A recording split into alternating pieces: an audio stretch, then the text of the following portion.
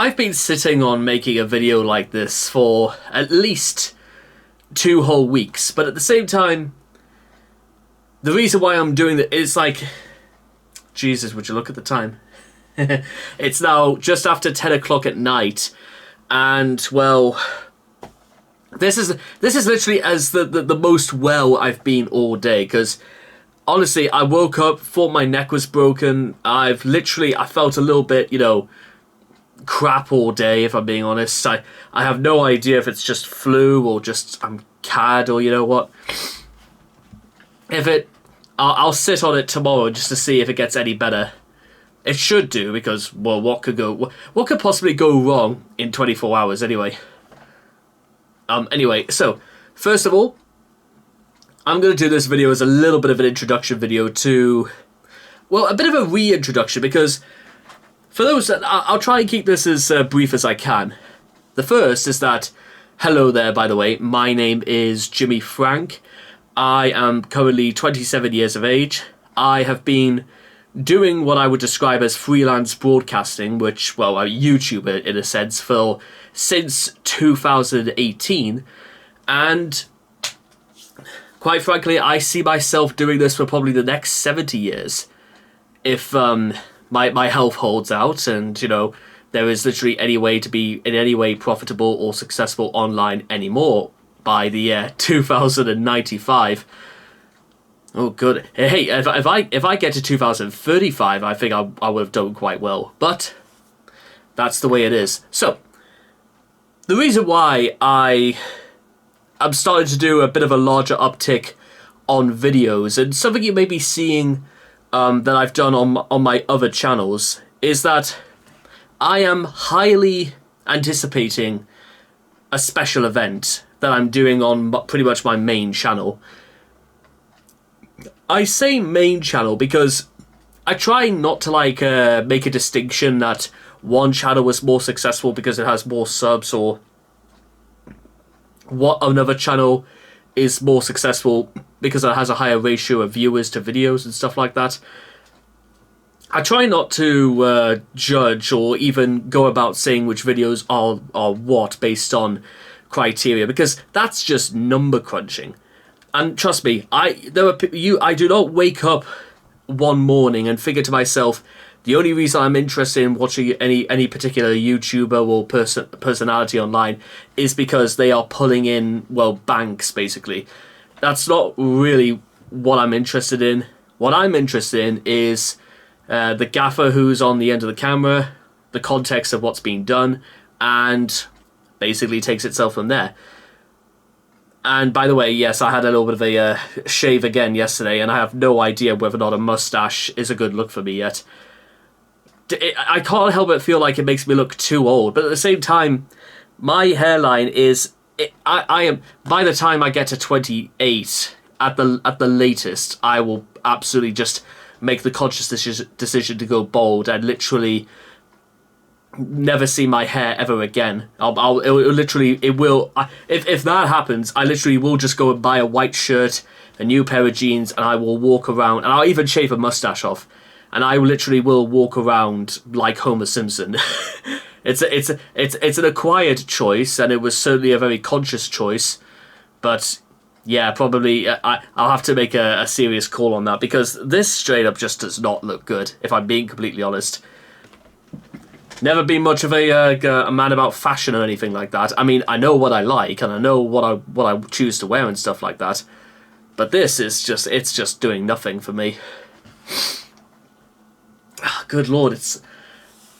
Part of the thing I'm also kind of worried about is whether or not it's COVID or not. I know it's probably not, or anything like that. However, this time of year, elderly people, vulnerable people... Do you really want to start taking risks in that particular area? No, I don't think it's a good idea at all. But with that being said, one of the only real advantages of staying indoors, almost too stupid to do anything particularly challenging in the neurological department, is that for the last couple of days I have reignited a small passion of mine in doing special effects. it was something that I pretty much majored myself in during my time at university, was learning to do special effects, because there's an awful lot to be done, and it's an ever-evolving industry with the advancement of technology, and since quite a lot of the bigwigs work for the likes of Disney and whatnot, you gotta have to somehow break away or become incredibly technical and very, very special and gifted, because working for Disney is nearly getting to the top of the tree in terms of a career path. It depends if you really want to work for Disney, because I've had my reservations and stuff like that, but then again, I've had reservations about certain businesses pretty much since I left high school, if I'm being honest. Speaking of high school, like later on this month, probably on St. Andrew's Day, there was a very long form video I've wanted to release, because it's basically describes a little bit of my lore, a little bit about my backstory, or more specifically, my final year at high school, because it's still probably the single most important year of my entire life. Hopefully not. Maybe there will come an event later on in my life where I will be tested like never before. However, insofar as I can work out, over the last 11 months, all this year has done is literally tried my patience. And I swear to God, I always thought, because I used to work at a casino, you know, and it meant I had to do night shifts and stuff like that. And one time, like back in October of 2020, I had to work like 17 days in a row with literally one day off, somewhere on the 12th day or something like that. And honestly, it's a tremendous way to piss people off. That is, when you set them to work with a rota that literally doesn't make any sense. You don't get paid any extra. Even when I was on night shifts and stuff like that, it was like any other night.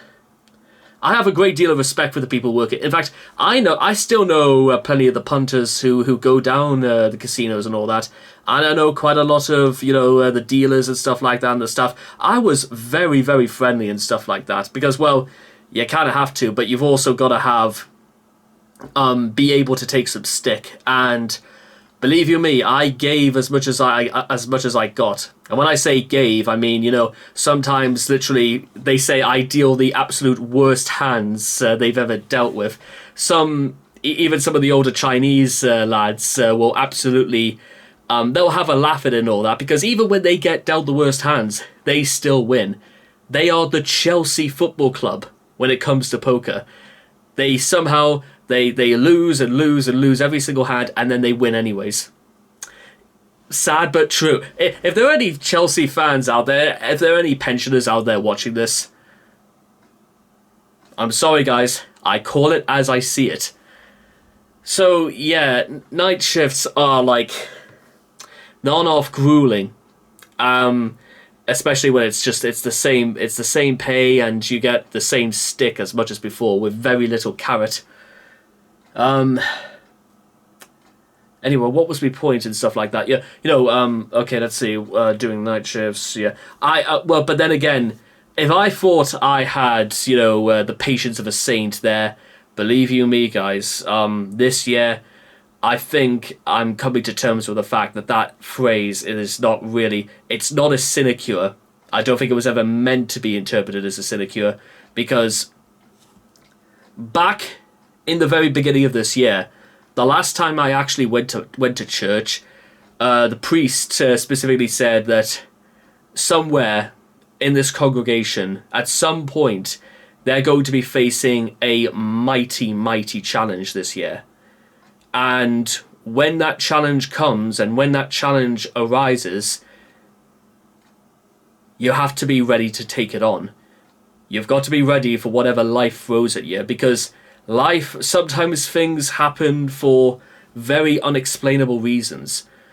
I remember back in March, the Sunday before the Carabao Cup final, where Newcastle beat Liverpool in spectacular fashion. May I add, just about the last time Alexander Isak was ever useful for the club.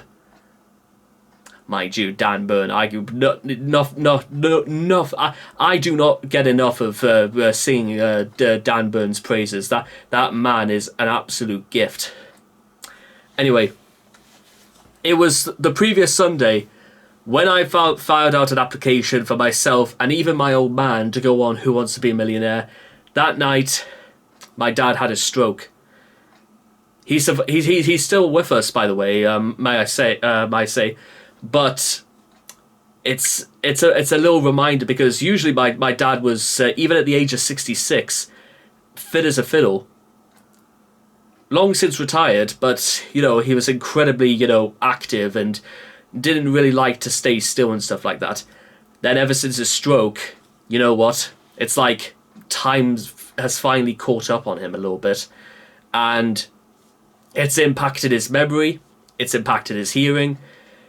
It borderline has turned him almost a little agoraphobic, because you get nervous about leaving the house, about whether or not you're gonna take bad, and it's a dreadful thing. However, we get him through it. We stand by him, and you know what? Sometimes it can be tremendously hard work when you don't really know what to do, short of getting him back to hospital. But we managed to get him through it. And it must be said, the medical staff have always treated my dad with the utmost courtesy. And it's again because my dad is now 66 years of age, and it's a reminder that he's not a young man, and you know what, you have to be more and more realistic with when it comes to age, about the certain things you can do, the some things you can't do, and you know what, there's still so many things out there that I know I can do, but there's not always going to be a tomorrow. I used to say, if I fail today, I can only try again tomorrow. Well, I'm sort of operating on the system of, what if there isn't a tomorrow? It's got to be today when it happens.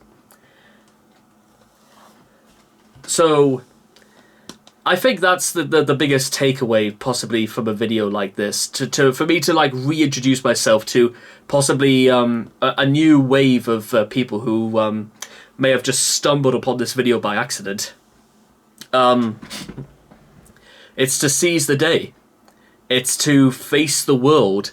It is to fight against fight for a purpose in life.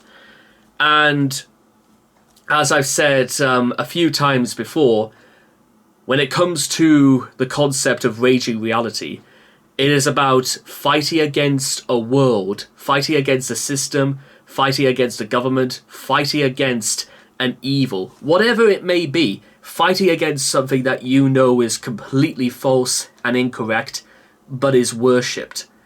And you have got to dismantle it, destroy it, take it apart brick by brick. And once you do that, you almost become, if you will, the master of reality. You become the master of your own destiny. And if that does sound like a Black Sabbath reference, then, well, you're not wrong. That's I love the shirt, by the way. It doesn't even say, master of reality. I'm pretty sure this is the end of the world t-shirt as well. So yes, that is the cue, ladies and gentlemen, and hopefully for the next couple of weeks, months, years even, decades perhaps, I want to be able to continue the fight. The war rages on, ladies and gentlemen. We are, as they say, stuck in the trenches. Stuck in the trenches of a 21st century war. The enemy is everywhere. Your friends are everywhere. Take care and arm yourself with knowledge. Love all, trust a few, do wrong to none. Well, there we go. All's well that ends well. Yeah, who says white people have no culture? Anyway, so Billy Shakespeare, meet Jimmy Frank. Both great artists, and whose works shall hopefully live on forever.